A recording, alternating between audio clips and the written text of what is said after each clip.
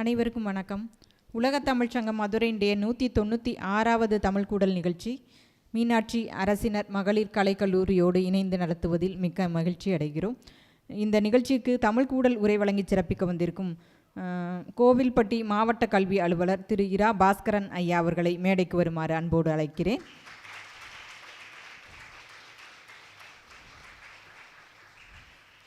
முன்னிலை உரை ஆற்றி சிறப்பிக்க வந்திருக்கும் கௌரவ விரிவுரையாளர் முனைவர் மா மகேஸ்வரி அம்மா அவர்களை மேடைக்கு வருமாறு அன்போடு அழைக்கிறேன்.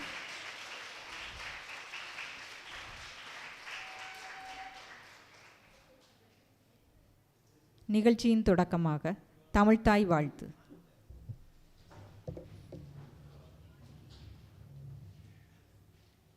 நீராறும் கடலுடுத்த நிலமடந்தை கெளிலொழுகும் சீராறும் வதனமென திகழ் பரத கண்டமிதில் தெக்கணமும் அதில் சிறந்த திராவிட நல் திருநாடும் தக்க சிறு பிறை நுதலும் தரித்தனரும் திலகமுமே அத்திலக வாசனை போல் அனைத்துலகும் இன்பமுற எத்திசையும் புகழ் மணக்க இருந்த பெரும் தமிழனங்கே தமிழனங்கே உன் சீரிலமை திறம் வியந்து செயல் மறந்து வாழ்த்துதுமே வாழ்த்துதுமே வாழ்த்துதுமே.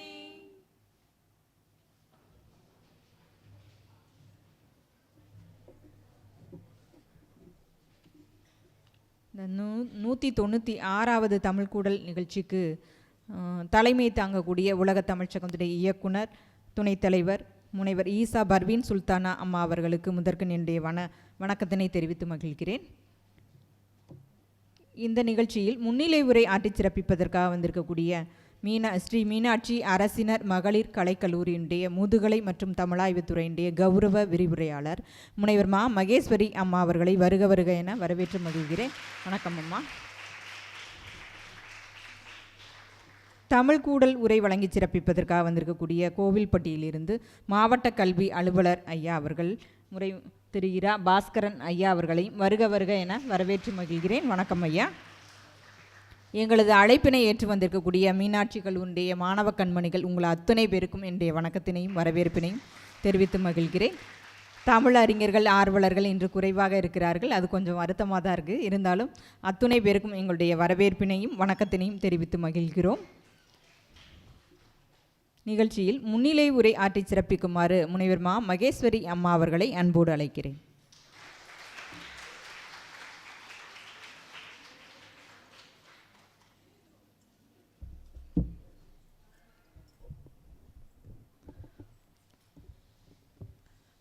எல்லாம் வல்ல இறைவனுக்கு என் முதற்கண் வணக்கத்தை தெரிவித்து கொண்டு, தாய் தமிழுக்கு தலைவணங்கி என் முதற்கண் வணக்கத்தை தெரிவித்து கொண்டு, உள்ளங்கவர்ந்த ஓமைகள் என்ற தலைப்பில் எனக்கு பேச வாய்ப்பு கொடுத்த உலக தமிழ்ச் சங்கத்திற்கும் என்னுடைய கல்லூரி முதல்வர் சு வானதியம்மா அவர்களுக்கும் என்னுடைய தமிழ்துறை முதுகலை மற்றும் தமிழாய்வுத்துறை தேர்வு கட்டுப்பாட்டாளர் யாழ் சு சந்திராமா அவர்களுக்கும் என் முதற்கண் நன்றியை தெரிவித்துக் கொள்கிறேன்.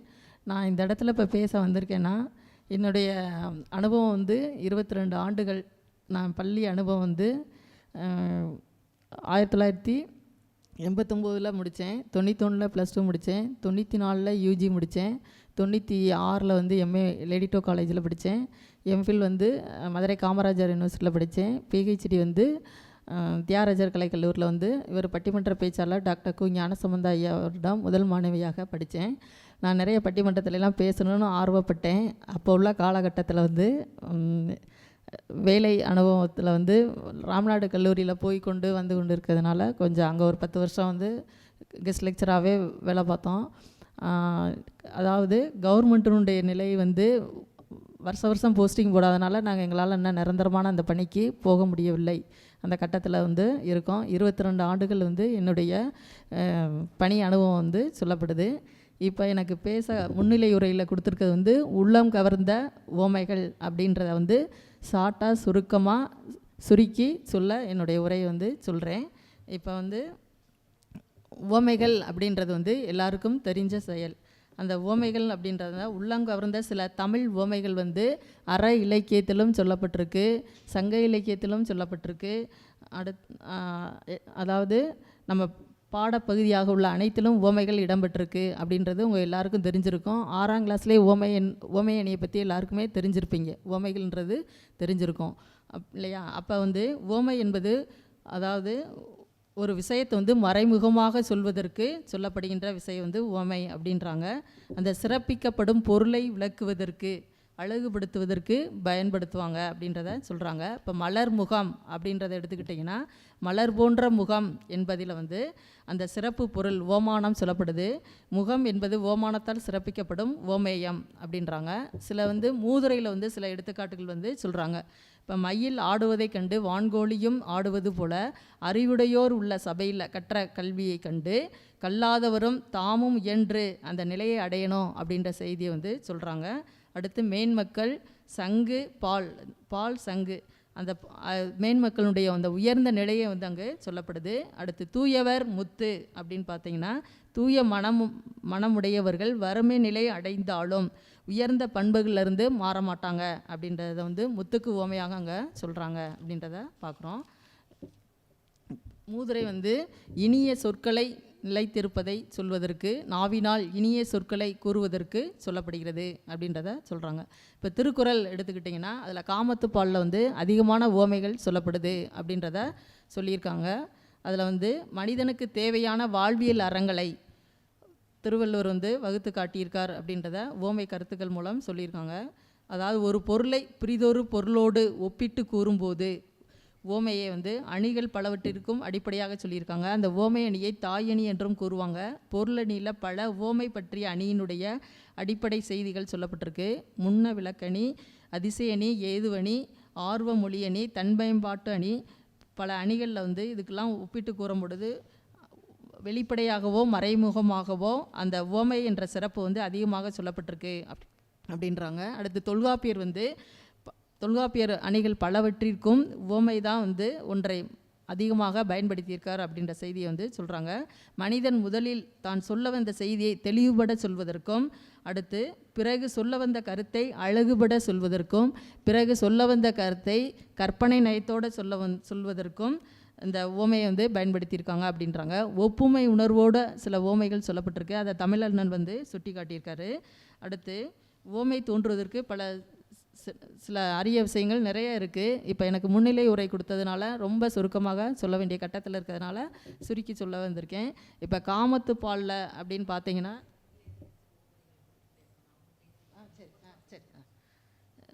இப்போ மொத்தம் வந்து திருக்குறளில் வந்து 1330 குறள் இருக்குன்றது எல்லாருக்கும் தெரியும்.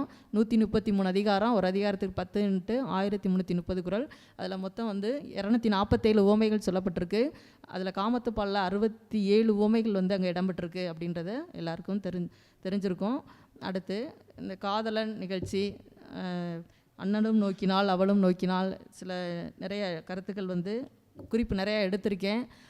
ஐயா பாஸ்கரன் ஐயா அவர்கள் வந்து மாவட்ட கல்வியாளர் வந்து விரிவாக அதை பற்றி பேசுவாங்க. மாணவ கண்மைகள் ஐயா, உங்களுக்கு ஒன்று சொல்லணும்னு விரும்புகிறேன். அதாவது உள்ளம் கவர்ந்த உவமைகள் என்ற தலைப்பில் சொல்லப்பட்டிருக்க நிகழ்ச்சியில் உங்களுடைய உள்ளத்தை எது கவரணும் அப்படின்னா, இந்த செல்ஃபோனை வந்து விட்டுருங்க. இன்னையிலேருந்து ஒரு முடிவு இலக்கு எடுத்துக்கங்க.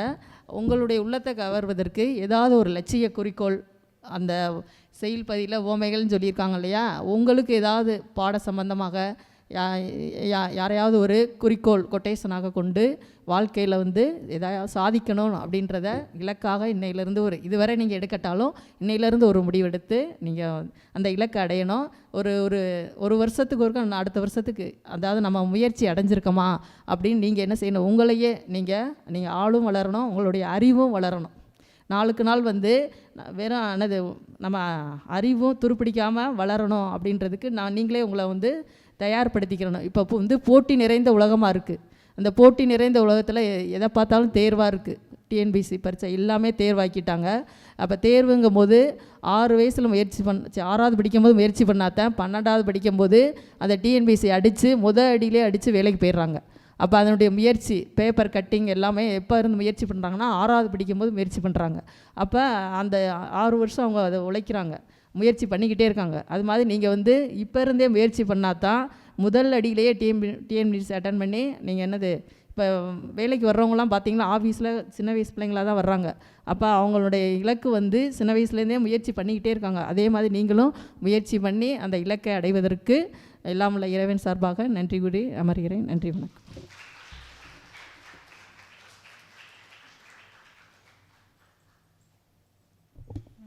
உவமைகள் குறித்து ஒரு அறிமுக உரையை ஆற்றிய மகேஸ்வரி அம்மா அவர்களுக்கு நன்றி.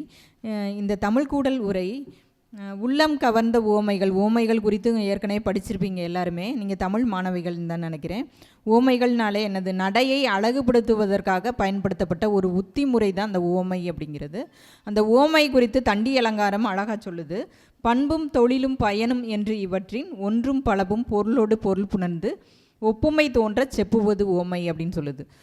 ஒரு பொருளோட இன்னொன்று பொருத்தி சொல்லும் பொழுது தான் அந்த ஓமைங்கிறது பிறக்குது. அது நடையினுடைய அழகுக்காகத்தான் இலக்கியத்தில் பயன்படுத்தியிருக்காங்க புலவர்கள். அதனுடைய சிறப்புகளை எல்லாம் ஐயா அவர்கள் அருமையாக எடுத்துரைப்பார்.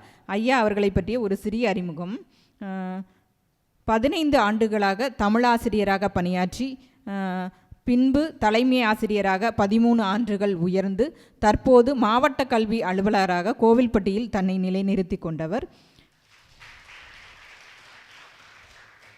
இலக்கிய மேடைகள் மற்றும் கவியரங்குகளில் 40 ஆண்டுகள் அனுபவம் மிக்கவர். ஒரு மிகச்சிறந்த பேச்சாளர். ஏன்னா இலக்கியம் பேசுவோம் என்ற தலைப்பில் கடந்த சில ஆண்டுகளுக்கு முன்பு ஐயா அவர்கள் பாரதியுடைய பாப்பா பாட்டு குறித்து ஏற்கனவே உலகத்தமிழ் சங்கத்தில் ஒரு மிகச்சிறந்த உரையினை ஆற்றியுள்ளார்கள். அந்த வகையில் இந்த நிகழ்ச்சி மிகச்சிறப்பு பெறுகிறது. மதுரை காமராஜர் பல்கலைக்கழகத்தில் கல்வி பேரவை உறுப்பினராக 3 ஆண்டுகள் பணியாற்றிய அனுபவம் மிக்கவர். இன்றைய நிகழ்ச்சியில் உள்ளம் கவர்ந்த உவமைகள் என்ற தலைப்பில் உரையாற்றி சிறப்பிக்க அன்போடு அழைக்கிறேன். வாருங்கள் ஐயா.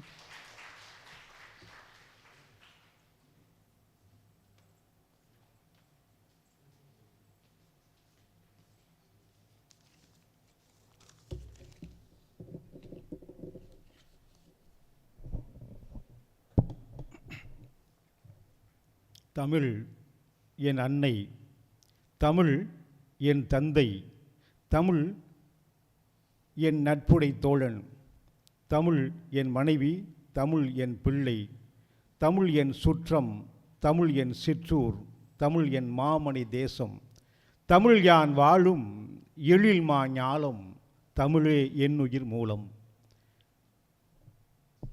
மதுரை உலகத் தமிழ்ச்சங்கத்தின் தமிழ் கூடல் நிகழ்வை மதுரை மீனாட்சி மகளிர் கல்லூரி இணைந்து நடத்தக்கூடிய இந்த 196வது பொழிவில் தமிழ் கூடல் நிகழ்வில் உங்களை எல்லாம் சந்திப்பதில் மகிழ்ச்சி அடைகிறேன்.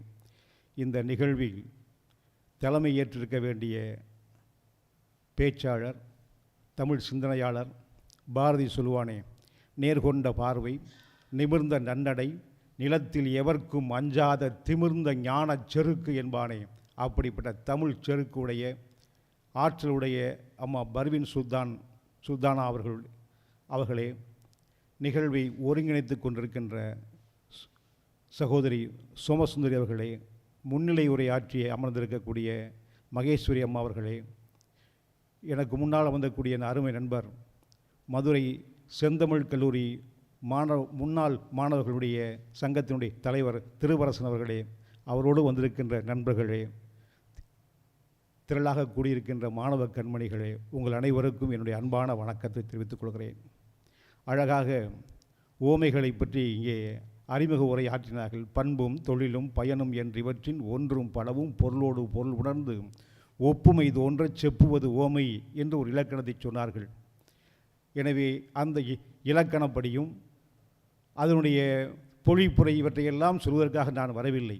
கூத்தன், குறளரசன், வார்த்தை தமிழுக்கு வழங்கும் கவிவேந்தன் கம்பன், கவி காழமேகம் எனும் வம்பன், வயதான தமிழ்ப்பாட்டி அவ்வை, அரசியோடு சீதனமாய் புலிச்சோழ நாடடைந்த புகழேந்தி, நக்கீரன், நப்பூதன், நன்னாகன், நப்பசலை, ஒக்கூர் மாசாத்தி, ஒன் சாத்தன், தக்கோன் இளங்கோ, தமிழ் குடிக்க உயிர் நீத்த பல்லவனாம் நந்தி, பாட்டெடுத்த அவன் தம்பி, அனுபவித்து காதல் அள்ளி மணக்க விடும் திரிகூட ராசப்பன், தேரெழுந்தூர் கம்படைக்கு ஆண்பாலும் தேனும் அரம்பை முதல் முக்கணியும் தந்து வளர்த்து தமிழ் வளர்த்த சடையப்பன், காவலனாம் மூவருமே காத்திருந்த வாசலுக்கு காவலனாம் ஏகம்பன், கவியரசி அவன் மனைவி. இப்படி தமிழ் புலவர்கள் எல்லாம் அள்ளி அள்ளி கொடுத்த ஓமைகளை உங்களிடத்திலே சொல்லி சொல்லி மகிழ வந்திருக்கிறேன், அவ்வளவுதான். எனவே நீங்கள் இலக்கண வகுப்பு என்று இதை எடுத்துக்கொள்ள வேண்டாம். கைதட்டுவதற்கும் நீங்கள் யாரும் தயங்க வேண்டிய அவசியம் இல்லை. கஞ்சத்தனமாக கைதட்ட வேண்டிய அவசியம் இல்லை. கைதட்ட வேண்டும் என்று நினைத்தால் தாராளமாக கைதட்டலாம். எனவே ஏனென்றால் இது ஒரு தமிழ் புலவர்கள் வள்ளல்களைப் போல கருத்துக்களை அள்ளி அள்ளி கொடுத்திருக்கிறார்கள். எனவே அந்த வள்ளல்களை பற்றி நாம் பேசுகின்ற பொழுது, அவர்களுடைய ஓமைகளை பற்றி சொல்லுகின்ற பொழுது, நான் ரசித்த ஓமைகளை சொல்கின்ற பொழுது, அதை நீங்களும் ரசிக்க வேண்டும் என்று நான் எடுத்து சொல்கின்ற பொழுது, உங்களை கவர்ந்து என்னுடைய உள்ளம் கவர்ந்த ஓமைகள் உங்களை கவர்ந்திருந்தால் நீங்களும் தாராளமாக கஞ்சத்தனம் இல்லாமல் கைதட்டலாம், உற்சாகமாக இருக்கலாம். ஏதோ அறுக்கப்படக்கூடிய ஆடுகளைப் போல நீங்கள் யாரும் அமர்ந்திருக்க வேண்டிய அவசியம் இல்லை. உற்சாகமாக இருங்கள் என்பதை இங்கே அடிக்கோடு போட்டு அழுத்தமாக சொல்லிவிட்டு, எனவே அன்புக்குரிய நண்பர்களே, தோழர்களே, மாணவ செல்வங்களே, உங்கள் அத்தனை பேருக்கும் மீண்டும் ஒரு முறை வணக்கத்தை சொல்கிறேன்.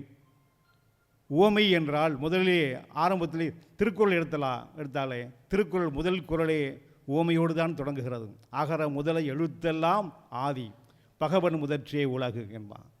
இந்த உலகத்தில் இறைவன் என்ற ஒரு கருத்தியல் எப்பொழுது தோன்றியதோ அதற்கு அப்பொழுதே தமிழ் தோன்றியிருக்கிறது, அகரம் தோன்றியிருக்கிறது. ஏனென்றால் ஆ என்று கொட்டாவிட்டாலே ஆதானே, அந்த ஓசை தானே முதல் வாயை மனிதன் எப்பொழுது பேச ஆரம்பிக்கிறானோ, பேச தொடங்குகின்ற பொழுதே ஆ அப்படித்தான் ஆரம்பிப்பான். அதுதான் அகரம். எப்பொழுது மனிதன் பேசுகிறானோ அது அந்த ஒளி அகரம், அது தமிழ் ஒளி. அந்த ஒளி அகரம் என்பது தமிழ் ஒளி. அகரத்தை எழுதி பார்த்தால் ஆ என்று எழுதினால் உலகத்தினுடைய அத்துணை எழுத்து வடிவம் அந்த ஆவில் அடக்கம். ஏனென்றால் உலகத்தினுடைய எழுத்து வடிவங்களெல்லாம் எப்படி இருக்கின்றன? வட்ட வட்டமாக எழுதுவார்கள், பிறைக்கோடாக எழுதுவார்கள், குறுக்கு கோடாக எழுதுவார்கள், அல்லது நெடுக்குக்கோடாக எழுதுவார்கள். இந்த எழுத்தினுடைய வடிவம் அப்படித்தான். எந்த மொழி எடுத்தாலும் ஒன்று வட்ட வட்டமாக இருக்கும், இல்லை என்றால் பிறை வடிவத்தில் இருக்கும், இல்லை என்றால் நெடுக்குக்கோடாக இருக்கும். இவை அத்தனையும் உள்ளடக்கிய ஒரே எழுத்து அகரம். ஆனாலும் ஒரு சுழி இருக்கிறது, வட்டம் இருக்கிறது, ஒரு பிறை இருக்கிறது, ஒரு குறுக்கு கோடு இருக்கிறது, ஒரு நெடுக்குக்கோடு இருக்கிறது. எனவே தான் உலகத்தினுடைய அத்துணை எழுத்துக்களுக்கு முதல் எழுத்து எதுதான்? அகரம். அந்த அகரம்தான் தமிழுக்கு சிகரம். எனவே அந்த அகரம் எப்பொழுது தோன்றியதோ அதுபோல அந்த அகரம் எப்படி தமிழுக்கு முதலாக இருக்கிறதோ உலகத்திற்கு முதலாக இறைவன் இருக்கிறான் என்று அந்த திருக்குறள் ஆரம்பிக்கிறது. அகர முதல எழுத்தெல்லாம் ஆதி. அகர முதல் எழுத்துக்கள் தான் உலகத்தின் முதல் எழுத்து. அகர முதல் எழுத்தெல்லாம் ஆதி.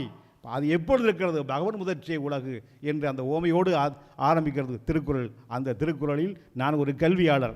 எனவே நான் அந்த கல்வி பற்றி அவருடைய ஓமையைத்தான் அப்படித்தான் தொடங்குகிறேன். நீங்கள் எல்லோருக்கும் தெரியும், ஒரு குறள் உங்களுக்கு தெரியும், தொட்டனை தூரும் அழகு.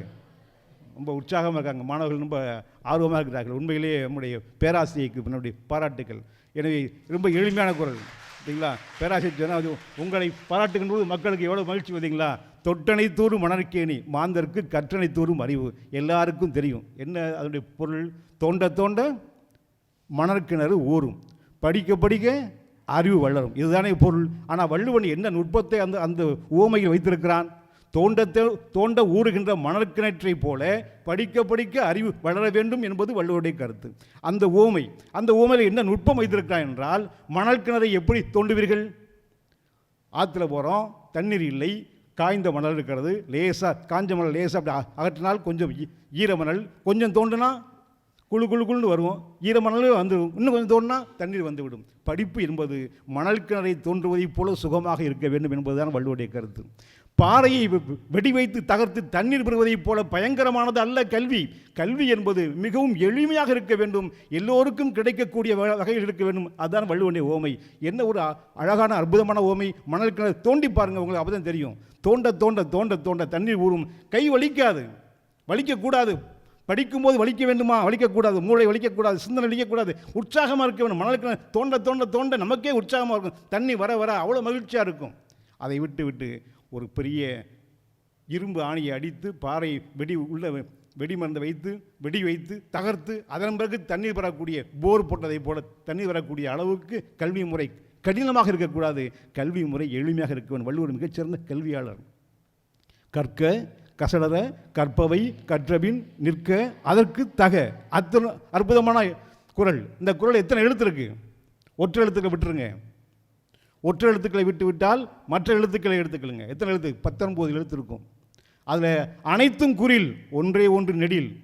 கற்பவை அதுவும் குற்றியலுடன் சொல்லி குரில் ஆக்கலாம். இருந்தாலும் அதை ஐ என்பதை நெடிலாக வைத்துக் கொள்ளலாம். 18 குரில் ஒரு நெடில். என்ன சொல்ல வர்றார் வள்ளுவர்? ஒரு வகுப்பறையில் 18 மாணவர்கள் ஒரு ஆசிரியர் இருந்தால் அந்த வகுப்பறை, அந்த கல்வி சூழல் இனிமையாக இருக்கும் என்பது வள்ளுவருடைய கருத்து. அதைத்தான் சொல்றாரு. எனவே அவ்வளவு சிந்தனை, கல்வியல் சிந்தனை பாருங்க. இன்னொரு ஓமை சொல்வார் வள்ளுவர், சொல்வார், இனிய உழவாக இன்னாத கூறல் கனியிருப்ப காய் கவர்ந்தற்று. இனிய உழவாக இன்னாத குரல், இனிய சொற்களை பேசுவது பழம் உண்பதைப் போல, இன்னாத சொற்களை பேசுவது காய் உண்பதைப் போல. அப்போ இன்னாத சொற்கள் எதுக்கு சமம்? காய்க்கு சமம். காய் பிடிக்காதா? மாங்காய் எல்லாருக்கும் பிடிக்கும் அல்லவா? அப்போ மாங்காய் ஒரு நல்ல நல்ல காய் தானே. அப்போ இனிய சொற்கள் பேசுவது மாங்காய் சாப்பிடுவது என்று சொல்லலாமே. ஏன் மாம்பழம் சாப்பிடுவதைப் போல, கனி சாப்பிடுவதைப் போல என்று வள்ளுவர் சொல்கிறார். இனிய உழவாக இன்னாத குரல் கனியிருப்ப காய் வந்தற்றே. இனிய சொற்கள் பேசுவது பழம் சாப்பிடுவதைப் போல, இன்னாத சொற்கள் பேசுவது காயை தின்பதைப் போல. மாங்காய் தின்பது கடினம்தான், தின்னலாம். தின்று முடித்துவிட்டு அந்த மாங்கொட்டையை தூக்கி போட்டால் முளைக்குமா? முளைக்காது. மாம்பழத்தை தின்றுவிட்டு தூக்கி போட்டால் முளைக்குமா? முளைக்கும். இப்போ என்ன சொல்கிற வராரு? நீ இனிய சொற்கள் பேசினால் உனக்கு மட்டுமல்ல, உன்னுடைய பரம்பரைக்கு அது பயன் கொடுக்கும்பா. அடுத்து வரக்கூடிய எல்லா தலைமுறைக்கும் அது பயன் கொடுக்கும். எனவே அது அப்படிப்பட்ட இனிய சொல்ல நீ பேசு, இல்லையா? அதுதான் ஒருமைக்கண் தான் கற்ற கல்வி ஒருவருக்கு எழுமையும் ஏமாப்புடைத்துன்னு சொல்வார் வள்ளுவர், இல்லையா? 7 பிறவி அல்ல, 7 தலைமுறைக்கும் பயன் கொடுக்கும்வார். 7 எழுமையும் ஏமாப்புடைத்து 7 தலைமுறைக்கும் உனக்கு பாதுகாப்பாக அமையும் கல்வி. அதுபோல இனிய சொற்களை பேசுவது உனக்கு எப்படி உன்னுடைய பரம்பரைக்கு, ஏன் ஒரு மாம்பழத்தை சாப்பிட்டு தூக்கி போட்டால் அந்த கொட்டை முளைக்கும், அது முளைத்து உன்னுடைய வாரிசுகளுக்கு பயன் கொடுக்கும். நீ நல்ல சொற்களை பேசினால் உனக்கு மட்டுமல்ல உன் பரம்பரைக்கே புகழை கொள்வது சேர்க்கும் என்பதுதான் வள்ளுவருடைய அந்த ஓமை. இனிய உழவாக இன்னாத குரல் கனியிருப்ப காய் வந்தற்று. இந்த குரலில் இன்னொரு சிறப்பு இருக்குது தெரியுமா? இங்கே எங்கேயாவது ஒத்த கொம்பு ரெட்டை கொம்பு இருக்கா? இந்த குரலில் எழுத்து ஒற்றை கொம்பு இரட்டை கொம்பு இருக்கா?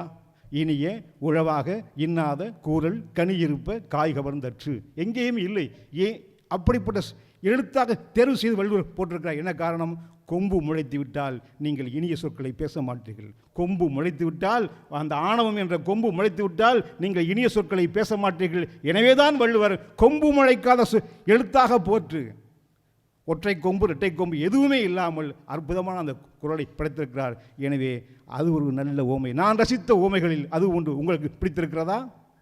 ஓமை உங்களுக்கு பிடித்திருக்கிறதா? அதுதான் வேண்டும். உங்களுக்கு பிடித்திருந்தால் நான் சொல்லக்கூடிய அந்த கருத்து, அந்த ஓமையினுடைய விளக்கம் உங்களுக்கு பிடித்திருந்தால் சொல்லலாம். எனவே கல்வி பற்றி எத்தனை சொல்லிக்கொண்டே போகலாம். தலைவாரி பூச்சூட்டி உன்னை பாடசாலைக்கு போய் என்று சொன்னால் உன் அன்னை சிலையாக ஏனெங்கு நின்றாய், நீ சிந்தாத கண்ணீரை ஏன் சிந்துகின்றாய், விலை போட்டு வாங்கவா முடியும் கல்வி, விலை போட்டு வாங்கவா முடியும் கல்வி, வேலை தோறும் படித்து வந்தாலே படியும், மலைவாழை அல்லவோ கல்வி, நீ வாயார உண்ணுவாய் போய் என் புதல்வின். நீங்கள் எல்லோரும் கல்வியை வாயார உண்டு கொண்டிருக்கிறீர்கள். கல்வி என்பது மலைவாழை, வாழைப்பழம் என்று ஓமை சொல்கிறான் பாரதிதாசன். ஏன் அப்படி சொன்னான்? வாழைப்பழத்தும் கல்வியும் ஒன்றா? யோசித்து பாருங்க. இந்த ஓமையை மட்டும் சொல்லுவதில்லை, அந்த ஓமையினுடைய நுட்பம் என்பது அதுதான் பார்க்கணும். அதுதான் நான் ரசித்த ஓமை. வாழைப்பழத்தை போன்றது கல்வி. வாழைப்பழம் எங்கே பயன்படுத்துவோம்? மங்கள நிகழ்வுகளில் நான் அதிகமாக பயன்படுத்தும் பழம் வாழைப்பழம், அப்படித்தானே? சீர்வரிசை தட்டுக்களில் வாழைப்பழம் இல்லாமல் எந்த சீர்வரிசை தட்டும் இடம்பெறாது. எந்த மங்கள விழாக்களும் வாழைப்பழம் இல்லாமல் இருக்கிறது. கல்வியும் மங்களகரமானது, மறந்து விடாதீர்கள். அது மட்டுமா?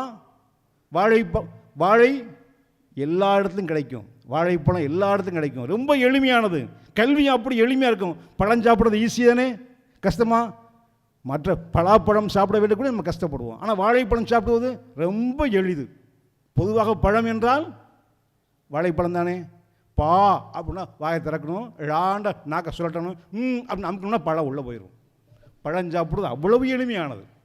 எனவே வாழைப்பழத்திற்கு அது மலைவாழை அல்லவோ கல்வி. சரி, வாழையினுடைய அனைத்து பொருள்களும், வாழை இலை தண்டு காய் கனி, அது அனைத்தும் நமக்கு பயன்படுது. கல்வி உன்னுடைய அனைத்தும், கல்வியில் நாம் பெறக்கூடிய அறிவுகள் அனைத்தும் நம்முடைய முன்னேற்றத்திற்கு பயன்படுகிறது. அது மட்டுமா? வாழை மரம் ஒரு கண் வளர்ந்து விட்டால் அதுக்கு பக்கத்தில் இன்னொரு கன்று, வாழையடி வாழையாக தொடர்ந்து கொண்டே வரும். கல்வி நீ படிச்சேன்னா உன் பிள்ளை படிப்பான், உன் பிள்ளை படிச்சா இன்னும் அப்படியே நீ இப்போ தான் முதல் பட்டதாரியா, அடுத்து உங்கள் வீட்டில் 2 பட்டதாரி 3 பட்டதாரி வந்துக்கிட்டே இருக்கும். வாழையடி வாழையாக கல்வி வளர்ந்து கொண்டே இருக்கும். எனவே தான் பாவேன்னு சொல்கிறான். கொஞ்சம் தண்ணி கொடுமா. எனவே தான்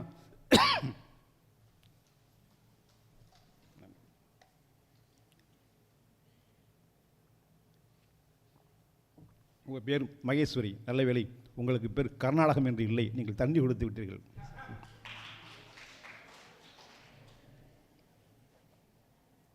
நன்றிம்மா. இருக்கம்மா, சரி பார்க்கல. மலை வாழை அல்லவோ கல்வி, நீ வாயார ஒன்று வாய்ப்போ என் புதல்வி. எனவே இந்த வார்த்தை யாருக்கு சொல்லியிருக்கான்? ஒரு பெண்ணுக்கு சொல்லியிருக்கான். ஒரு பெண்ணை பார்த்து, பெண்கள் படிக்க வேண்டும் என்பதற்காகத்தான் சொன்னான், மலை வாழை அல்லவோ கல்வி. எனவே வாழைப்பழம் மருத்துவ குணம் வாய்ந்தது. கல்வியினுடைய அறியாமை என்ற நோயை போக்குகிறது. எனவே அதனால்தான் அந்த அற்புதமான ஓமையை பாவேந்தர் பாரதிதாசன் படைத்திருக்கிறார் என்பதை நீங்கள் புரிந்து கொண்டு செயல்பட்டால் வெற்றி உங்களுக்கு தான். என்னங்க, நம்முடைய அம்மா அவங்க சொன்னாங்க, நீங்கள் எல்லாம் நல்லா படிக்கணும் அப்படின்னு சொல்லிட்டு உங்களுக்கு ஒரு நல்ல வழிகாட்டுதல் கொடுத்தாங்க இல்லையா? ஆரம்பத்தில் ஆரம்பித்தாங்க, நீங்கள் என் பிள்ளைகள் நன்றாக வளர வேண்டும், நீங்கள் ஆளாக வேண்டும் என்பதற்காக உங்களுடைய பெற்றோர்கள் நூலாக உழைத்து கொண்டிருக்கிறார்கள்.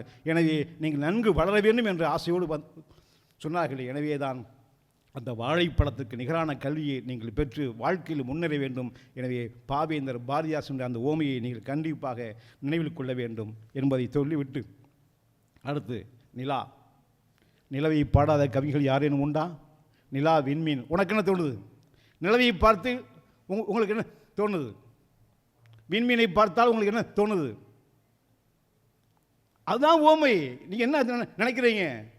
நிலாவை பற்றி என்ன நினைக்கிறீங்க? யாராவது ஒருத்தருங்க. நிலவை பார்த்தா உனக்கு என்ன தோன்றுகிறது? ஒருத்தன் சொன்னான், நிலா என் கணக்காசிரி எனக்கு போட்ட மதிப்பெண்ணை போல் இருக்கிறது என்று சொன்னான். அப்படியா? அப்படி இல்லையே, அது ஓமை தானே. என் கணக்காசி எனக்கு போட்ட மதிப்பெண்ணை போல் இருக்கிறது. ஒருத்தன் சொன்னான், நிலா சொக்க வெள்ளி தட்டு, மிக தூய வெண்ணெய் பிட்டு, தெற்கத்தியார் சுட்டு, நல்ல தேங்காய் பாலும் விட்டு, வைக்க சொன்ன தோசை, அது வைர வட்ட மேசை, பக்க மீன்கள் பழவே, ஒரு பட்டத்தரசி நிலவே. அற்புதமான ஓமை, அனைத்து ஓமை. நிலா ஒரு வெள்ளி தட்டு போல் இருக்கிறது, சொக்க வெள்ளி தட்டு. புட்டு பிட்டை வச்சுக்கிங்களா? குழாய் புட்டு இல்லை, நம்ம வீட்டில் ஒரு சட்டியில் ஒரு வண்டு கட்டி அது மேலே மாவை போட்டு பரப்பி வைப்பாங்க. அதை பார்க்கும்போது நிலா மாதிரி இருக்கும். தூய வெண்ணெய் பிட்டு, அது தெற்கத்தியார் சுட்டு, திருநெல்வேலிக்காரன் தோசை சுடணுமா, அதில் தேங்காய் பால் விடணுமா, அதை விட்டால் எப்படி இருக்குமோ அது போல் தெற்கத்தியார் சுட்டு, நல்ல தேங்காய் பாலும் விட்டு, வைக்க சொன்ன தோசை, அது வைர வட்ட மேசை. ஒரு பெரிய மேசையை வட்டமான மேசையை போட்டுக்கிறது. கற்பனை அடி போயிட்டே இருப்பான். பக்க மீன்கள் பழவே, ஒரு பட்டத்தரசி நிலவே. ஒரு கதாநாயகி வர்றா, அவளை சுற்றி ஏராளமான பெண்கள் வர்றாங்க வச்சுக்கோங்க, அது மாதிரி வச்சுக்கோங்க. ஒரு பட்டத்தரசி அரசி வருகிறாள், தோழி பெண்கள் எல்லாம் சூழ வருவதை போல நிலா வருகிறது. பக்க மீன்கள் பழவே, ஒரு பட்டத்தரசி நிலவே. நல்ல ஓமைகள், நான் ரசித்த ஓமைகள். அற்புதமான கவிதை, பாவேந்தர் பாரதிதாசன் கவிதைகள். நீங்கள்லாம் படித்து பார்க்கணும். நீங்கள் படித்தீங்கன்றால் நீங்களெல்லாம் படிக்கின்ற பொழுது இன்னும் புதுசாக உங்களுக்கு தோன்றும். இப்பொழுதே தோன்றிருக்க வேண்டும், இப்பொழுதே உங்களுக்கு தோன்றிருக்க வேண்டும். கற்பனை ஊற்று கிளம்பியிருக்கணும். நிலாவை பார்த்து, எந்த கண்ணகி எதை உடைத்தாலோ இந்த பரல்கள் எப்படி வந்தன? யார் சொன்னா? வைரமுத்து சொல்லுவார். எந்த கண்ணகி எதை உடைத்தாலோ இந்த பரல்கள் எப்படி வந்த? மாணிக்க பரல் போல. விண்வெளியில் விதைத்தது யார்? நவமணிகள். அவர் சொல்வார், இளைய நிலா பொழிகிறதே இதயம் வரை நனைகிறதே என்ற பாடலில் விண்வெளியில் விதைத்தது யார்? நவமணிகள். நவமணிகளை அள்ளி வீசியதை போல இருக்கிறது. அதை பார்க்கும்போது அவ்வளவு அழகாக இருக்கிறது. அவர் சொன்னார். நிலையை பார்த்து அத்தனை எல்லா கவிஞர்களும் நம்ம சொல்லிகிட்டே இருக்காங்க. பாவேந்தர் பாரதிதாசன் சொல்லுவார், நீலவான் ஆடைக்குள் உடல் மறைத்து நிலாவென்று காட்டுகின்றாய் ஒளிமுகத்தை, கோலம் முழுதும் காட்டிவிட்டால் காதல் கொள்ளையிலே இவ்வுலகம் சாமோ, வானச்சோலையிலே பூத்த தனி பூவோ, நீதான் சொக்க வெள்ளி பார்க்குடமோ, அமுத ஊற்றோ, காலை வந்த செம்பருதி கடலில் வீழ்ந்து கனல் மாறி குளிரடைந்த ஒளிப்பிழம்போ என்று சொல்லுவார். உன்னை பார்க்கும்போது சொக்க எப்படி இருக்கிறது? நீலவான் ஆடைக்குள்ள வானம் என்ற ஆடைக்குள் உடம்பை பறச்சிக்கிட்டு முகத்தை மட்டும் காட்டுறையே நிலா பெண்ணே, நீலவான் ஆடைக்குள் உடல் மறைத்து நிலாவென்று காட்டுகின்றாய் ஒளி முகத்தை, கோலம் முழுதும் காட்டிவிட்டால் இந்த உலகம் உன் மீது ஆசை வைத்து செத்து போய்விடுமோ, கோலம் முழுதும் காட்டிவிட்டால் காதல் கொள்ளையிலே இவ்வுலகம் சாமோ, வானச்சோலையிலே பூத்ததனி பூவோ, நீ ஒரு தனி பூ, பூக்களிலே நீ ஒரு தனி பூ, வானச்சோலையிலே பூத்ததனி பூவோ, நீதான் சொக்க வெள்ளி பார்க்குடமோ, ஒரு வெள்ளி பார்க்குடமா நீ, அமுத ஊற்றோ, காலை வந்த செம்பருதி, காலையில் வந்தானே சூரியன், அவன் கடலில் வீழ்ந்து கனல் மாறி குளிரடைந்த ஒளிப்பிழம்பாக வந்திருக்கிறாயா, என்ன கற்பனை பாருங்க. நீலவான் ஆடைக்குள் உடல் மறைத்து நிலாவென்று காட்டுகின்றாய் ஒளிமுகத்தை, கோலம் முழுதும் காட்டிவிட்டால் காதல் கொள்ளையிலே இவ்வுலகம் சாமோ, வானச்சோலையிலே பூத்த தனி பூவோ, நீதான் சொக்க வெள்ளி பார்க்குடமோ, அமுத ஊற்றோ, காலை வந்த செம்பருதி, கடலில் விழுந்து கனல் மாறி குளிரடைந்த ஒளிப்பிழம்போ. அற்புதமான ஓமைகள். பாரதி இதே காட்சியை பார்க்குறான், இதே காட்சி பாரதி பார்க்குறான். ஒரு பெரிய புடவை, நீல நிற புடவை இல்லையா, இங்க் ப்ளூ, அந்த புடவையில் அங்கங்கே என்ன போட்டிருக்கு, புட்டா புட்டாவை போட்டிருக்கு. இப்போ பாரு நிலாவை, கட்ட கருநீல புடவை பதித்த நல்வயிரம் நட்ட நடு நிசியில் தெரியும் நட்சத்திரங்களடின்பான். நட்ட நடு நிசியில் பார்க்கக்கூடிய வானத்தை பார்க்குறோம், அங்கங்கே விண்மீன்கள் இருக்கின்றன. அதற்கெல்லாம் பார்க்கும்போது எப்படி தெரியுது, கட்ட கருநீல புடவை, ஒரு புடவையில் வைரம் பதிச்சா எப்படி இருக்குமோ அதுபோல, கட்ட கருநீல புடவை பதித்த நல்வயிரம் நட்ட நடு நிசையில் தெரியும் நட்சத்திரங்களடி. என்ன கற்பனை பாருங்கள். இந்த மாதிரி கற்பனை நீங்கள் செய்யணும். உடனே நீங்கள் கவிதை எழுத வேணும், எல்லாரும் பேர் எடுக்கணும். நினச்சி பார்க்கலாம், எத்தனையோ கவிதைகள், எத்தனையோ பேர் அந்த மாதிரி இப்படி தான் இந்த கவிதைகள்லாம் கேட்டு கேட்டு தான் அவங்க எல்லாரும் எழுதியிருக்காங்க. எனவே நான் கூட ஒரு கவிதை எழுதினேன், நிலவு கோழிக்கு இத்தனை குஞ்சுகளா என்று. நிலா ஒரு கோழியாகவும் அதை சுற்றி விண்மீன்கள் எல்லாம் கோழி குஞ்சுகளை போலவே, நிலவு கோழிக்கு இத்தனை குஞ்சுகளா என்று நிறைய ஓமைகள் அப்படியே சொல்லிக்கிட்டே போகலாம். இதை விட அற்புதமான ஓமை பாவேந்தர் பாரதிதாசன் சொல்லுவார். விண்மீன்கள் எல்லாம் இருக்கிறது, அம்மை கொப்பில் வந்தால் எப்படி இருக்கும், நம்ம உடம்புல அம்மை கொப்பில் வந்தால் எப்படி இருக்கும், அது என்ன அம்மை, அதுக்கு பேர் கொப்புளிப்பான் அம்மைன்னு சொல்லுவாங்க. கொப்புளிப்பான் அம்மை போட்டால் எப்படி இருக்கும், நிலாவுக்கு அம்மை வந்துச்சுடா, வானத்துக்கு அம்மை தழுமுடான்றார். ஏன், பகலில் பூரா அந்த நிலா இங்கே பூமியை பார்க்குறாங்களாம். ஏழைகள் எல்லாம் உழைத்து கொண்டே இருக்கிறார்கள், ஏமாற்றுவர்கள் எல்லாம் உயர்ந்து கொண்டே இருக்கிறார்கள். இதெல்லாம் பார்த்து அநியாயத்தை பார்த்து பார்த்து கொதிச்சு போய் சூடாய் போய் அந்த நிலாவுக்கு அவ என்னாச்சான், அந்த மேலே வானத்துக்கு கொதிப்பு ஏறி உடம்பு சூடு பொறுக்காமல் அம்மை கொப்பிடங்களாக வந்து விட்டதாம். மண் மீதில் உழைப்பாரெல்லாம் வறியராம், உரிமை கேட்டால் புன்மீதில் அம்பு பாய்ச்சும் புலையர் செல்வராம். இதைத்தான் கண்மீதில் பகலெல்லாம் கண்டு கண்டு அந்திக்கு பின் விண்மீனாய் கொப்பொழித்த விரிவானம் பாராய் தம்பி என்று அழகின் சிரிப்பில் சொல்லுவார். அழகின் சிரிப்பை வர்ணிக்கின்ற பொழுதே, மண்மீதில் உழைப்பாரெல்லாம் வறியராம், உரிமை கேட்டால் புன்மீதில் அம்பு பாய்ச்சும் புலையர் செல்வராம். இதைத்தான் கண்மீதில் பகலெல்லாம் கண்டு கண்டு அந்திக்கு பின் விண்மீனாய் கொப்புளித்த விரிவானம் பாராய் தம்பி. அம்மை கொப்புளங்களாக வித்தியாசமாக எல்லாரும் அழகிய சிந்தனையோடு பார்த்தாங்க. பாரதிதாசன் வித்தியாசம், அவரே பாரதிதாசன் அழகிலோடு பார்த்தார். ஆனால் பின்னால் அழகின் சிரிப்பு வரும்போது கொப்புளங்களாக அவற்றை பார்க்கிறார். அந்த ஓமையை பார்க்கின்ற பொழுது ரொம்பவும் வித்தியாசமான ஓமையாக இருக்கிறது. ஏன்னா நீங்கள்லாம் படிச்சுப்பீங்க, twinkle twinkle little star, how I wonder what you are, up above the world so high like a diamond in the ஸ்கைனா. அதை பார்க்கும்போது வைரங்களை போல இருக்கிறது அப்படின்னா. ஆனால் அதே நேரத்தில் நம்ம ஊரில் உள்ள ஒரு கிராமத்து கவிஞன் அழகாக சொன்னால், சோழ பொறி நடுவே சுட்டு வச்ச மாத்தோசை போல தோன்றும் இந்த சோதினிலா, சோழ பொறி நடுவே சுட்டு வச்ச மாத்தோசை. அங்கங்கே சோழ பொறிகள் இருக்கின்றவன். விண்மீன்கள் என்னது, சோழ பொறியா, நடுவில் ஒரு நிலா மாத்தோசை. அவன் அன்றாடம் சாப்பிடக்கூடிய அந்த சோள மாவு தோசையைத்தான் அவன் பறக்கிறான். அவன் லைக் அ டைமண்ட் இன் தி ஸ்கைன்னு பார்க்கல, அவன் பார்த்தது சோழ பொறி என்று பறக்கிறான். தான் எதை பார்க்குறோமோ அதைத்தான் ஓமையாக நாம் எதை சொல்கிறோம், நம்ம எந்த காட்சியை பார்க்குறோமோ அந்த காட்சியை ஓமையாக பார்ப்பது, அதுதான் ஓமையாக சொல்லுவது. அது ஒரு உத்தி. அந்த உத்தியில் சோழ பொறி நடுவே சுட்டு வச்ச மாத்தோசை என்று சொல்லி நம்முடைய கிராமத்து கவிஞர்கள் சொல்லுவார்கள். எனவே ஓமைகள் என்பது ரசிக்க தகுந்தவை. அந்த ஓமைகளை ஒவ்வொன்றும் எங்கெங்கே இருக்கிறதோ அவற்றெல்லாம் தேடி தேடி பார்க்கணும். நீங்கள் ஒன்றும் இல்லை, ஓமைனா பிரியம் இலக்கணப்படி நீங்கள் பார்க்க வேண்டிய அவசியம் இல்லை. நீ யார் மாதிரி இருக்கீங்க? அப்பா மாதிரி அம்மா மாதிரியா? அப்பா மாதிரி அம்மா மாதிரியா? நான் அப்பா மாதிரினாலே ஓமை தான், முடிஞ்சு போச்சு. நான் அப்பாவை போல அம்மாவை போல நான் எங்களுடைய ஆசிரியை போல நான் சிறந்த தமிழாசிரியாக வருவேன் அப்படின்னு சொல்கிறோம் இல்லையா? அதுதான் ஓமை. மானாட்டம் மயிலாட்டம் அப்படின்றோம் இல்லையா? மானை போல மயிலை போல மானாட்டம் மயிலாட்டம் அப்படின்னு சொல்லுவோம் இல்லையா? அது மானாட்டம் இல்லை, மானை போல வந்தா, குயிலை போல் குயிலாட்டம் வந்தா அப்படின்னு சொல்லுவோம் இல்லையா? அதுதான் ஓமை. எனவே நம்ம வாழ்க்கையில் நம்முடைய ஒவ்வொரு நாளும் நம்மோடு பயணப்பட்டு வரக்கூடியது ஓமை. அந்த ஓமைகளை ரசிக்க நீங்கள் கற்றுக்கொள்ள வேண்டும். கண்ணதாசன் சொல்லுவார், பேசாத பேசாத அப்படின்னு சொல்லக்கூடாது. எப்படி சொல்கிறாரு? பேசுங்கள் பேசுங்கள். எப்படி பேச தெரியுமா? கண்ணாடி பாத்திரத்தை கல் மீது மைப்பது போல் மெல்ல பேசு, மெல்ல பேசு, மெல்ல பேசு.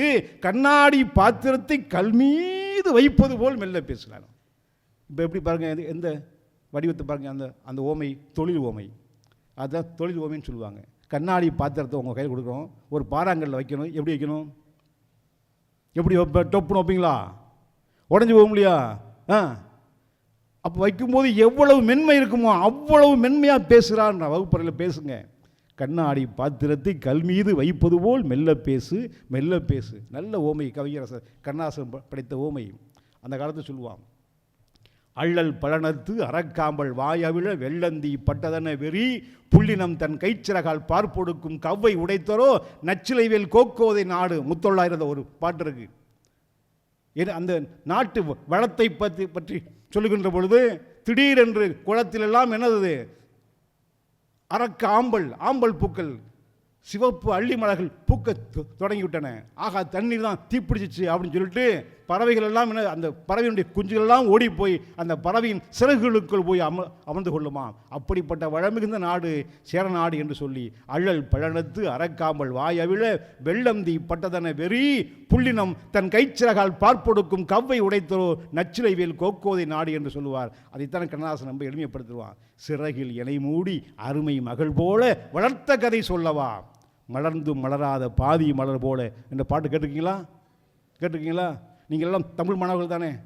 அதெல்லாம் கேட்கணும், ரசிக்கணும், படிக்கணும். ரசனை முக்கியம் இல்லையா? எதை பார்த்த ரசனை. நீலக்கடலின் ஓரம் நின்று காலை மட்டும் நினைக்க பிடிக்கும் தான். எதெல்லாம் பிடிக்கும்? கவிஞர்கிட்ட கேட்டாங்க, ஒரு கவிஞர் வைரமுத்துட்ட, நீலக்கடலின் ஓரம் நின்று காலை மட்டும் நனைக்க பிடிக்கும், மெழுகுவர்த்தியின் மெல்லிய ஒளியில் குளியல் அறையில் குளிக்க பிடிக்கும், எனக்கு மட்டும் கேட்கும் குரலில் இரவில் மட்டும் பாட பிடிக்கும் தான். எனக்கு மட்டும் கேட்குற மாதிரி நான் பாடணும். அப்படி ஒவ்வொன்றையும் ரசிக்கணும். வாழ்க்கையில் ஒரு மிட்டாய் கொடுத்தா கூட அந்த மிட்டாய் வாயில் போட்டு சுவைக்கும் போது உடனே மென்மையாக சுவைத்து அந்த இனிப்பை உள்ளே இறக்குனா அது ஒரு இன்பம். எடுத்தனும் மிட்டாய் கொடுத்து டபக்குன்னு கடிச்சு சாப்பிட்டு இன்னொரு மிட்டாய் கொடுன்னு அப்படின்னு கேட்கக்கூடாது. ரசனை இன்பம் முக்கியம். தோசை சுட்டா கூட இதுதான் தோசையா, அழகான தோசையா என்று தோசையை ரசிக்க வேண்டும். ரசித்து நீங்கள் சாப்பிடணும். எனவே மாணவர்கள், தமிழ் மாணவர்கள் எல்லாம் நீங்கள் ரசிக்கணும். ரசிப்பது தான் ஒரு ஓமைக்கு முதல்ல அடையாளம். ஒரு கவிதையை நீங்கள் படிச்சிங்கன்னா அந்த கவிதையுடைய சுகத்தை அனுபவிக்க வேண்டும். அந்த கவிதைகளுடைய ஓமைகளை, அணிநயங்களை அற்புதமாக நீங்கள் உள்வாங்கிக் கொள்ள வேண்டும். உள்வாங்கிக் கொண்டால் நீயும் ஒரு கவிஞர் தான். நீங்கள் ஒவ்வொருவரும் கவிஞர் தான். தமிழ் இலக்கியத்தில் நீங்கள் சொன்னாங்க, அம்மா சொன்னாங்க இல்லையா, காமத்துப்பாலில் ஏராளமான ஓமைகள் இருக்கின்றன என்று சொன்னாங்க இல்லையா? வள்ளுவர் படைத்த காமத்துப்பாலில் காதலில் தான் ஏராளமான ஓமைகள். காதலில் என்ன ஓமைகள் பார்த்துருவோம்.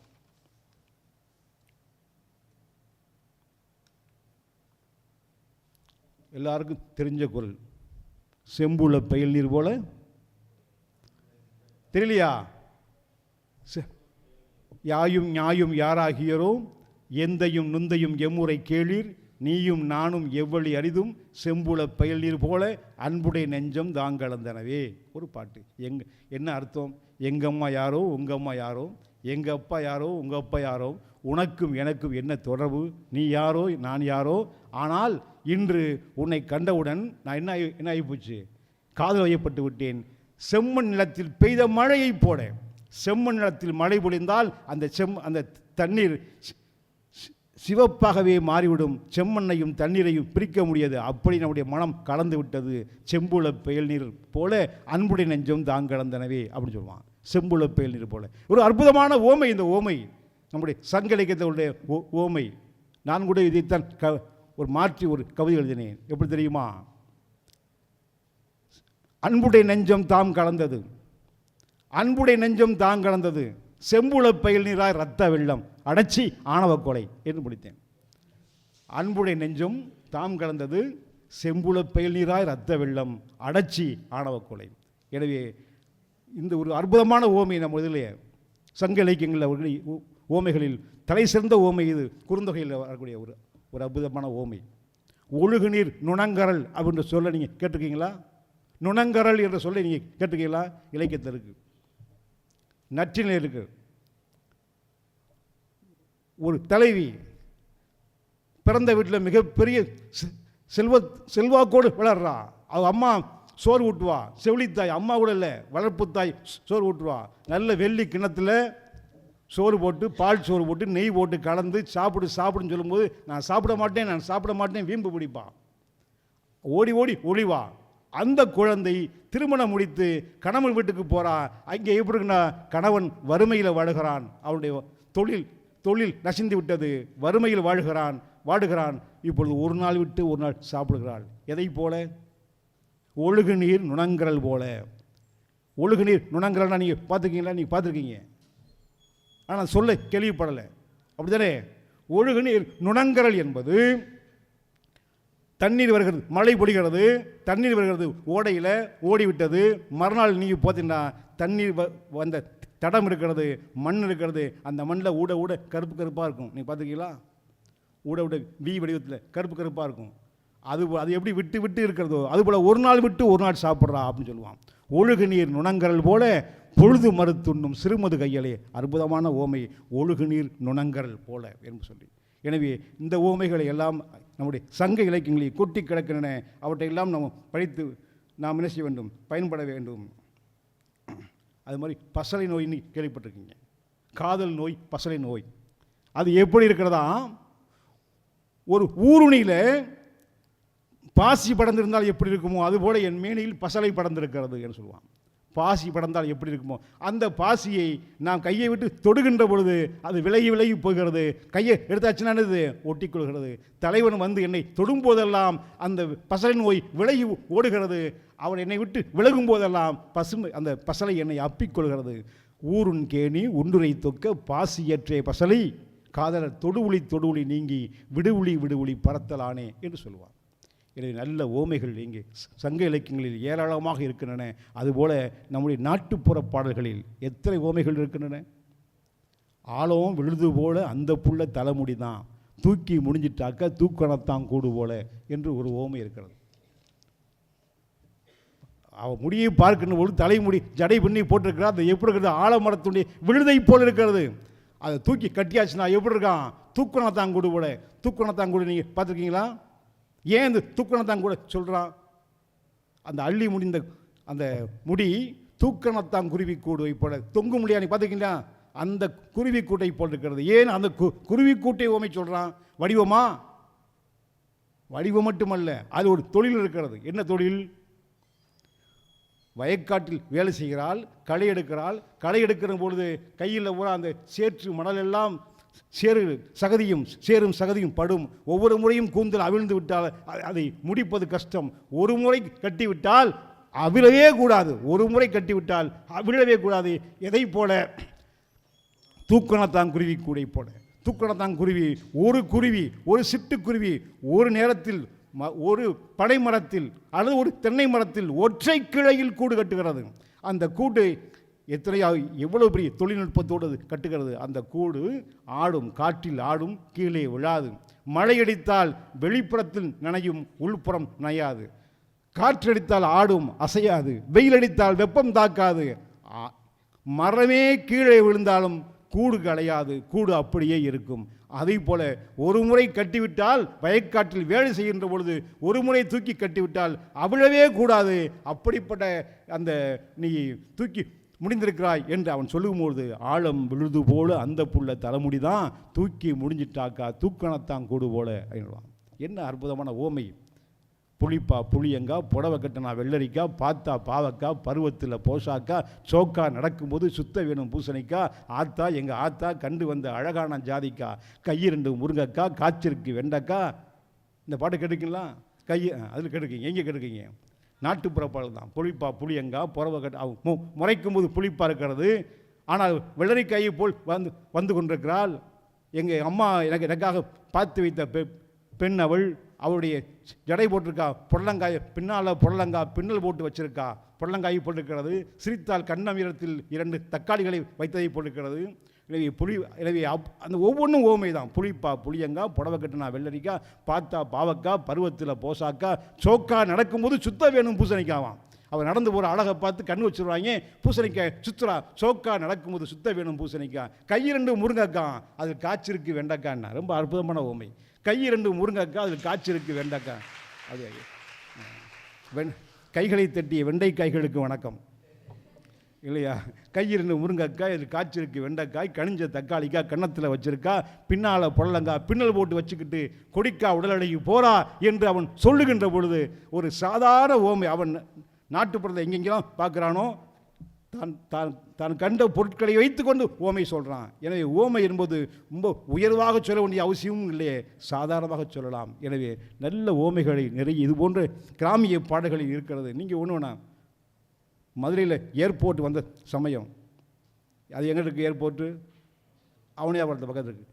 அது எழுதுறா, ஒரு அம்மா எழுதுறா, திருப்பரங்குன்றத்தில் தெங்காக்கம்மா ஓரத்தில் பறக்கிற கப்பல் வந்து பார்வையா நிற்கிதாமா தன்னானி நான் நன்னானி அப்படின்றான். திருப்பரங்குன்றத்தில் தெங்காக்கம்மா ஓரத்தில் ஒரு கப்பல் வந்து நிற்கிது, அது பறக்கிற கப்பல்ன்ற ஓமை சொல்கிறான். அந்த ஓமையை பார்க்கும்போது கப்பல் பார்த்துருக்கான் தமிழன்.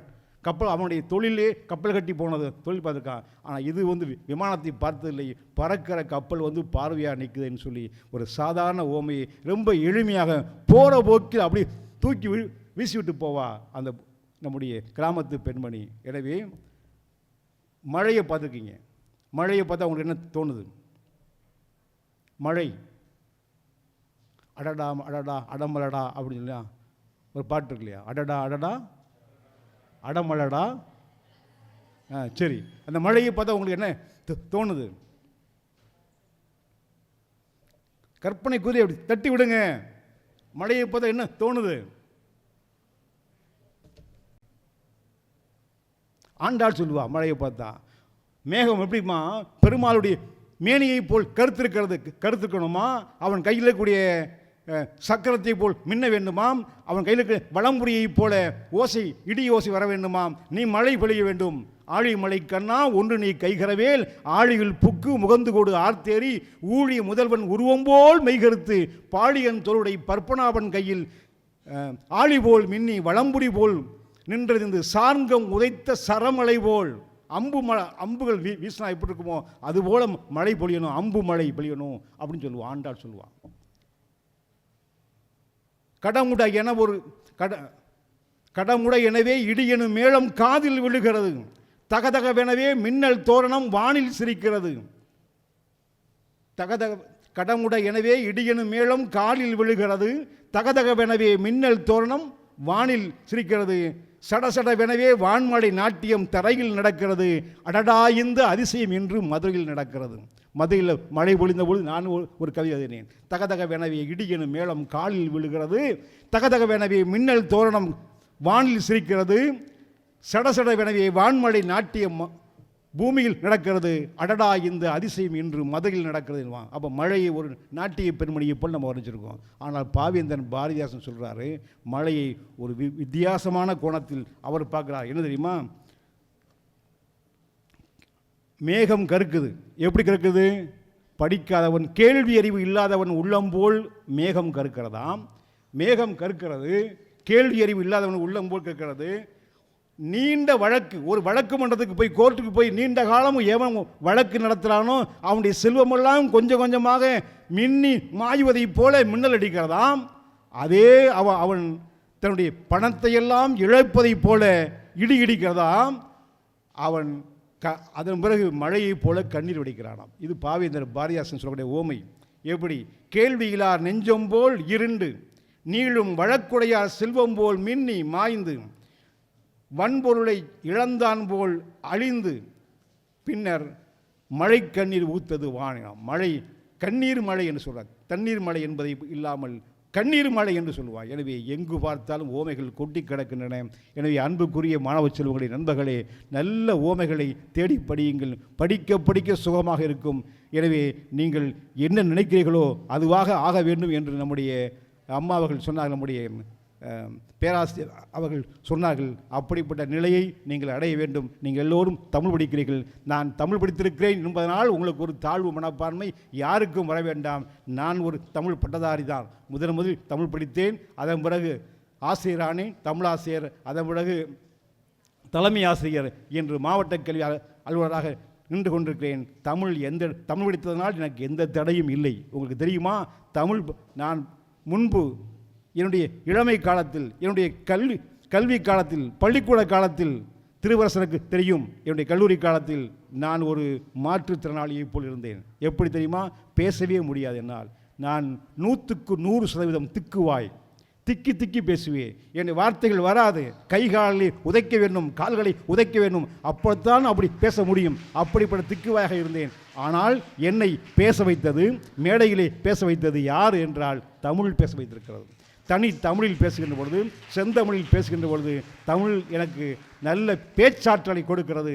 தமிழ் படித்ததனால் நன்கு பேசுகிறேன். தமிழ் படித்ததனால் எனக்கு பெருமை இருக்கிறது.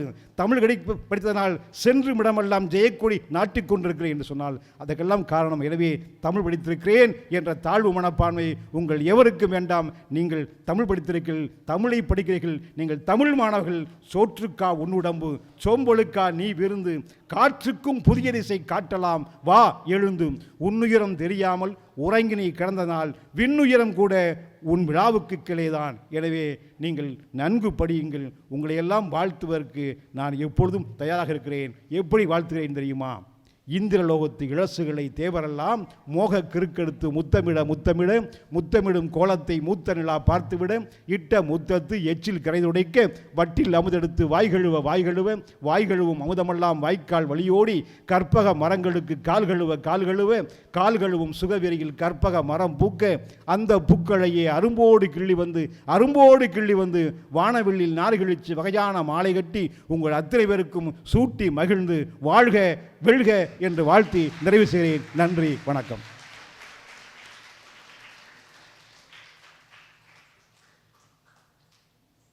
மிக அருமையான உரை. அந்த ஓமைகளை எல்லாம் அப்படியே மழை அருவி கொட்டுவது மாதிரி இருந்துச்சு. அவ்வளோ ஒரு அழகான ஆழமான உரையாக இருந்தது. எளிமையான அந்த பாடல்கள் தான், ஆனாலும் அதை சொல்லக்கூடிய விதம், ஐயாவுடைய அந்த விதம் அருமையாக இருந்துச்சு. இன்னொன்று அவங்க சொன்னது ரொம்ப வியப்பாக இருந்துச்சு. நான் பள்ளி பருவத்தில் திக்கி தான் பேசுவேன் அப்படின்னு சொல்லும் போது இப்படிப்பட்டவராக திக்கி பேசினார். ஆனால் அவ்வளோ அருவி கொட்டுன மாதிரி அவ்வளவு அரிதான ஓமைகளை எல்லாம் ரசித்து சொன்ன விதம் ரொம்ப நல்லா இருந்துச்சு. மிக்க நன்றி ஐயா. உங்களுக்கு எங்களுடைய பாராட்டுகளும் வாழ்த்துக்களும். மாணவர்களுக்கு ஏதாவது வினா இருந்தால் கேட்கலாம்ப்பா ஐயாட்ட.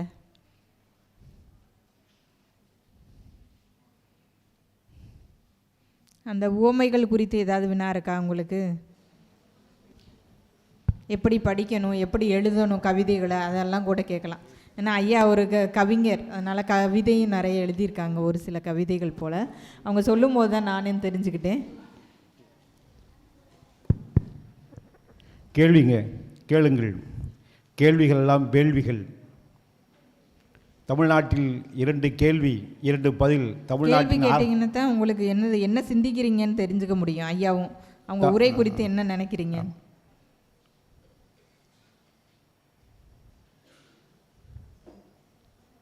தயக்கம் என்பது கூடாது. நிலாவில் இறங்க வேண்டிய முதல் மனிதன் யார் தெரியுமா? ஆல்ட்ரின் தான். ஆனால் யாருக்கு அந்த பெருமை கிடைத்தது? ஆம்ஸ்ட்ராங் கிடைத்தது. காரணம் தயக்கம். நிலவில் இறங்குவதற்கு ஆல்ட்ரினுக்கு தான் முதல் வாய்ப்பு கொடுக்கப்பட்டது. ஆனால் அவன் குதிக்கும்போது ஐயோ இந்த பூமி எப்படி இருக்குமோ, நிலா எப்படி இருக்குமோ, மண் எப்படி இருக்குமோ, புதை மணலாக இருக்குமோ, பிழைப்போமா பிழைக்க மாட்டோமா என்று ஒரு நிமிடம் தயங்கினான்.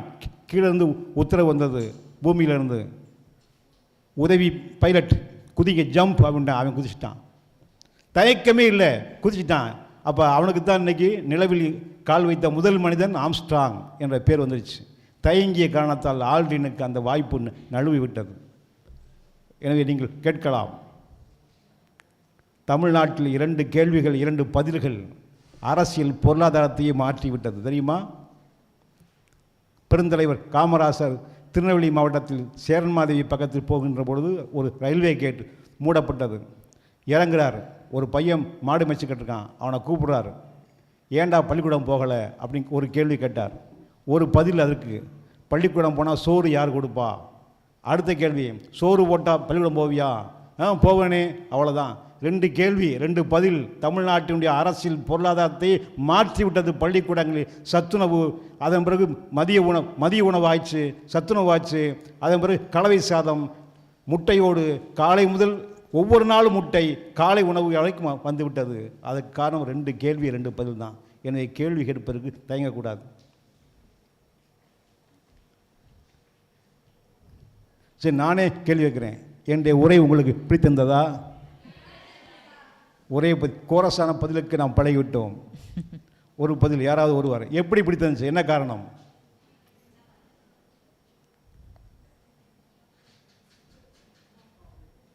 கருத்து பிடித்திருந்ததா இல்லை சொல்லும் விதம்? சொல்லியா? உங்களோட அந்த உவமை சொன்னது ஃபுல்லாக எப்படி சார் வந்து மறக்காமல் வந்து ஃப்ளூயண்ட்டாக சொன்னீங்க? படிக்கணும், அவ்வளோதான். எப்படி படிக்கிறது? ஏன்னா ஒரு வரி படித்தாலே இப்போ வந்து எல்லாருக்கும் மறந்து போயிடுது. ஆனால் நீங்கள் வந்து ஃப்ளூயண்ட்டாக வந்து அதை அப்படியே தொடர்ந்து சொன்னீங்க. எப்படி சொன்னீங்க? அது அந்த சந்தேகம் எனக்கு இருந்துச்சு. அருமையான கேள்வி. ஒரு முறை படித்தால் திரும்ப திரும்ப திரும்ப திரும்ப சொல்லிக்கொண்டே இருக்க வேண்டும். என்னை அறியாமல் பாத்ரூமில் குளிக்கும்போது நீ அறியாமல் அந்த கவிதையை சொல்லிகிட்டே இருப்பேன். மனப்படம் ஆகிட்டே இருக்கும். பைக்கில் போகும்போது சில நேரங்களில் சொல்லிகிட்டே போவோம். எங்கேயாவது சில நேரங்கள் நம்ம அறியாமலே சொல்லிக்கொண்டே இருக்க வேண்டும். மற்றவங்க முன்னால் இல்லை, நமக்கு நாமே சொல்லிக்கொண்டே திரும்ப திரும்ப திரும்ப மந்திரம் போல் உள்ளதாடா தமிழ் சொற்கள் வரலாம் பாரதி. அதுபோல் அந்த மந்திரத்தை போல திரும்ப திரும்ப சொல்லிக்கொண்டே இருந்தோம் என்றால் அது மனப்பாடம் எளிதில் ஆகிவிடும். எத்தனை பெரும் நெடுங்கவிதையை கூட என்னால் சொல்ல முடியும் இல்லையா? 99 பூக்களை கூட என்னால் வரிசைப்படுத்தி சொல்ல முடியும். அதுக்கெல்லாம் காரணம் பயிற்சி தான். முயற்சியும் பயிற்சியும் இருந்தால் வெல்ல முடியும். அதுவும் தமிழில் நன்றாக சொல்ல முடியும். நன்றி நன்றி ஐயா. வாங்க. வணக்கம். நானும் டிஓ நண்பர் பாஸ்கர் அவர்களும் ஒரு சாலை மாணாக்கர். எப்படி இதெல்லாம் மனப்பாடமாக சொல்கிறீங்க அப்படின்னு கேட்டீங்க. எங்கள் ஆசிரியர்கள் அந்த காலத்தில், நாங்கள் தமிழ் சங்கத்தில் தான் படித்தேன். அவர் எனக்கு பின்னால் படித்தா, நான் முன்னால் படித்தேன். நான் ஓய்வு பெற்றுட்டேன். இலக்கண வகுப்புனா புஸ்தகமே கொண்டு வர மாட்டார் எங்கள் ஆசிரியர் சீனிவாசன் ஐயா. சீனிவாசன். இப்போ கற்பியல், தொல்காப்பியத்தில் கற்பியல் அப்படின்னா கேட்பார், நேற்று கற்பியல் என்ன பார்த்தோம் திருவரசன் அப்படிம்பார். ஐயா கற்புனா என்னன்னு பார்த்தோம். கற்பனப்படுவது கரணமோடு புணர குளர்குறி மறைவிற் கிழவன் கிளத்தியை கொடைக்குறி மறைவினர் கொடுப்ப கொள்வது கற்பு. அப்படியே 100 சொல்வார். அடுத்து அதுக்கு உரையும் சொல்வார். அப்படி அந்த காலத்து படிப்பு வந்து அதான் அவை சொன்னான், சித்திரமும் கைப்பழக்கம், செந்தமிழும் நாப்பழக்கம், வைத்ததொரு கல்வி மனப்பழக்கம், நித்தம் நட்பும் தயையும் கொடையும் பிறவி குணம். இதெல்லாம் பழக்கத்தில் வர்றது. அப்போ இன்றைக்கு ஒரு மனப்பாட பாட்டு, நான் அரசு பள்ளியில் வேலை பார்த்து ஓய்வு பெற்றேன். ஒரு மனப்பாட பாட்டு மனப்பாடம் ஆக மாட்டேங்குது. அப்போ வைத்ததொரு கல்வி மனப்பழக்கம். அப்போ நீங்கள் மனப்பாடம் பண்ண ஆசிரியர்கள் சொல்ல குற்றால குறவஞ்சி பாட்டெல்லாம் நான் 8ஆம் வகுப்பில் எங்கள் ஆசிரியர் தமிழாசிரியர் நடத்தினார்.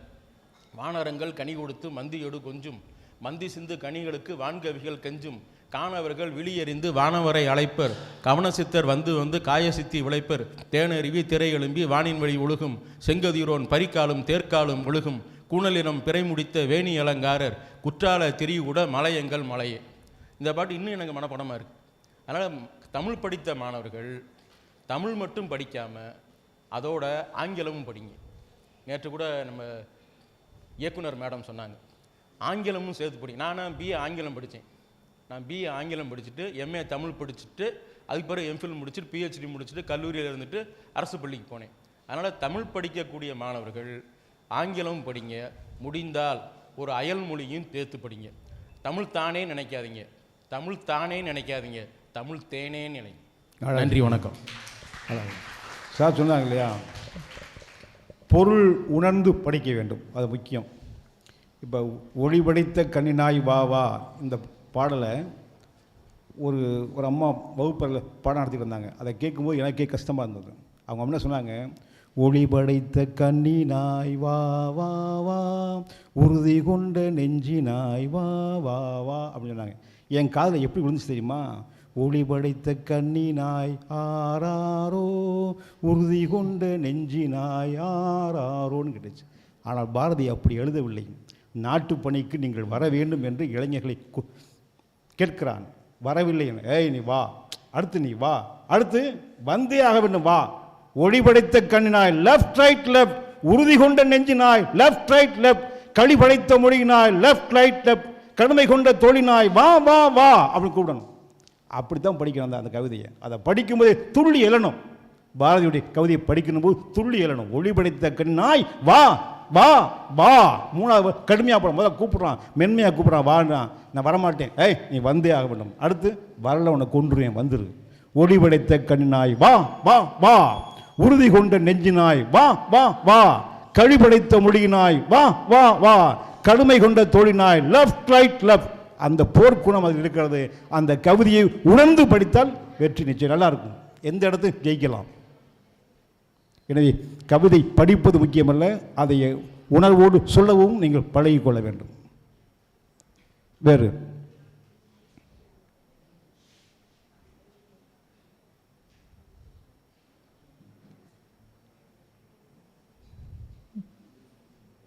சொல்லுங்கய்யா. ஒளி வாங்கி கொடுங்கய்யா.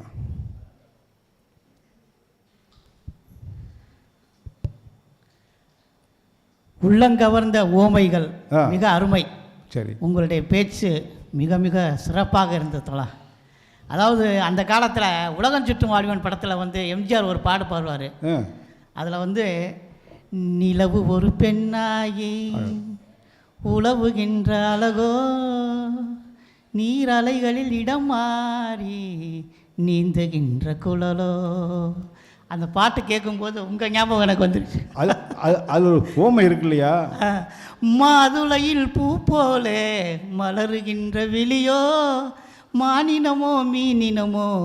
அந்த பாட்டு ரொம்ப அது மாதிரி ஓமைகள் இந்த திரைப்பட பாடல். நீரலைகள் இடமாறி நீந்துகின்ற குழலோ ஓமையா? அவள் தலைவியின் கூந்தல் அப்படி நெளி நெளியாக இருக்கான். அது எப்படின்னா அலை வந்து இடம் மாறி இங்கே வந்து தலையில் நீந்துகிறது. கடலில் உள்ள அலை தலைக்கு வந்து விட்டது. நீரலைகள் இடமாறி நீந்துகின்ற குழலோ, பூர்வம் ஒரு வில்லாக. ஓமை சொல்லிட்டே போவான், அடுக்கடுக்கான ஓமைகள். அது மாதிரி நிறைய ஓமைகள் திரைப்பட பாடலேருந்து வந்திருந்தால் இன்னும் சிறப்பாக இருந்திருக்குன்னு சொல்லி வாய்ப்புக்கு நன்றி கூறி விடைபெறுகிறேன். நன்றி, வணக்கம். நன்றி ஐயா.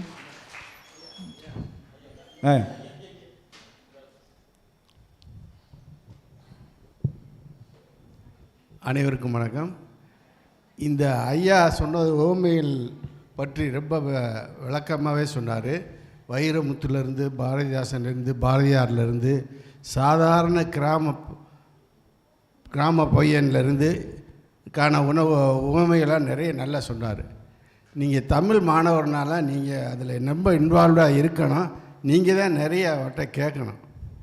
உங்களுக்கு தெரிஞ்ச ஒரு உவமை பாட்டை அவர் சொன்ன மாதிரி நீங்கள் பாடலாம். ஏன் தயக்கம்னே தெரியல. ஐயா சொன்ன மாதிரி தயக்கமே வேண்டியதில்லை. நீங்கள் தான் இன்ட்ராக்ட் பண்ணணும். மாணவிகள் அதில் சிறப்பாக கலந்துக்கணும்னு கேட்டுக்கிறேன். நன்றி. இன்னும் ஒரு கேள்வி யாராவது கேளுங்க. நிகழ்வை முடிக்கலாம், நிறைய செய்யலாம். ஒரு கேள்வி யாராவது கேளுங்கம்மா. அறிவை விரிவு செய் அகண்டமாக்கு, பாவேந்தர் பாரதியார் சொல்வார். அறிவை விரிவு செய்வதற்கு இந்த கேள்விகள் தான் பயன்படும். அவையாட்ட முருகன் கேட்டான் இல்லையா, சுட்ட பழம் வேண்டுமா சுடாத பழம் வேண்டுமா? என்ன எவ்வளோ பெரிய கேள்வி. அறிவை விரிவு செய்யக்கூடிய கேள்வி அதுதான். அது மாதிரி நீங்கள் முருகப்பெருமானம் அல்ல, நான் அவையாரும் அல்ல, இருந்தாலும் கேள்வி கேட்கலாம். போதும், அவ்வளோதான் நினைக்கிறேன். சரி, நிகழ்ச்சியின் இறுதி பகுதிக்கு வந்துவிட்டோம். உலகத்தமிழ் சங்கம் சார்பாக பாஸ்கரன் ஐயா அவர்களுக்கு சான்றிதழ் வழங்கி சிறப்பிக்குமாறு முனைவர் மா மகேஸ்வரி அம்மா அவர்களை அன்போடு அழைக்கிறேன்.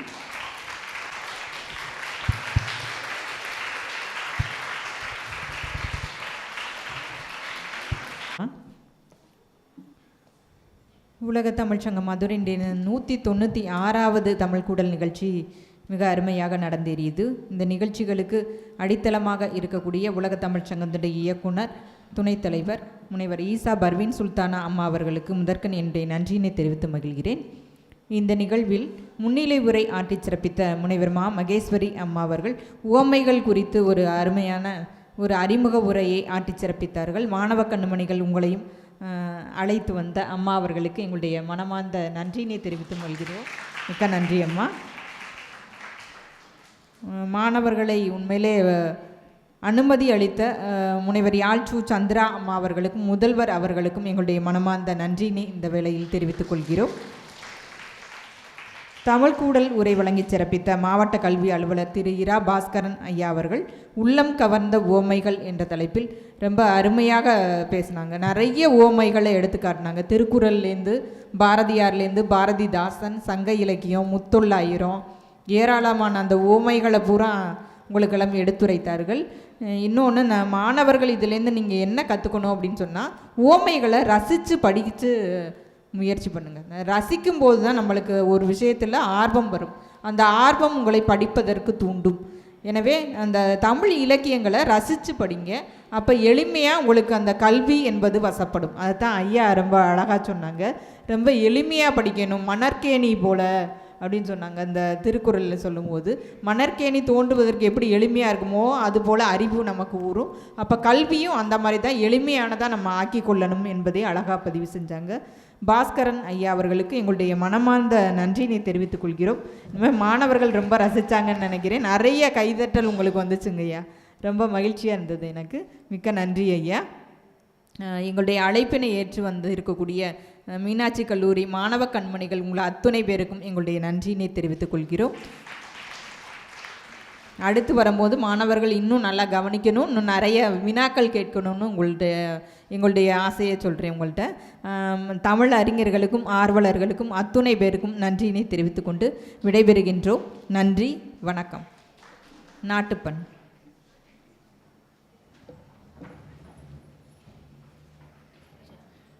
जनगणमन अधिनायक जय हे भारत भाग्य विधाता पंजाब सिंध गुजरात मराठा द्राविड उत्कल बंगा विंध्य हिमाचल यमुना गंगा उच्चल जलसितरंगा तब शुभ नामे जागे तब शुभ आशीष मागे गागे तब जय गादा जनगण मंगलदायक जय हे भारत भाग्य विधाता जय हे जय हे जय हे जय जय जय जय हे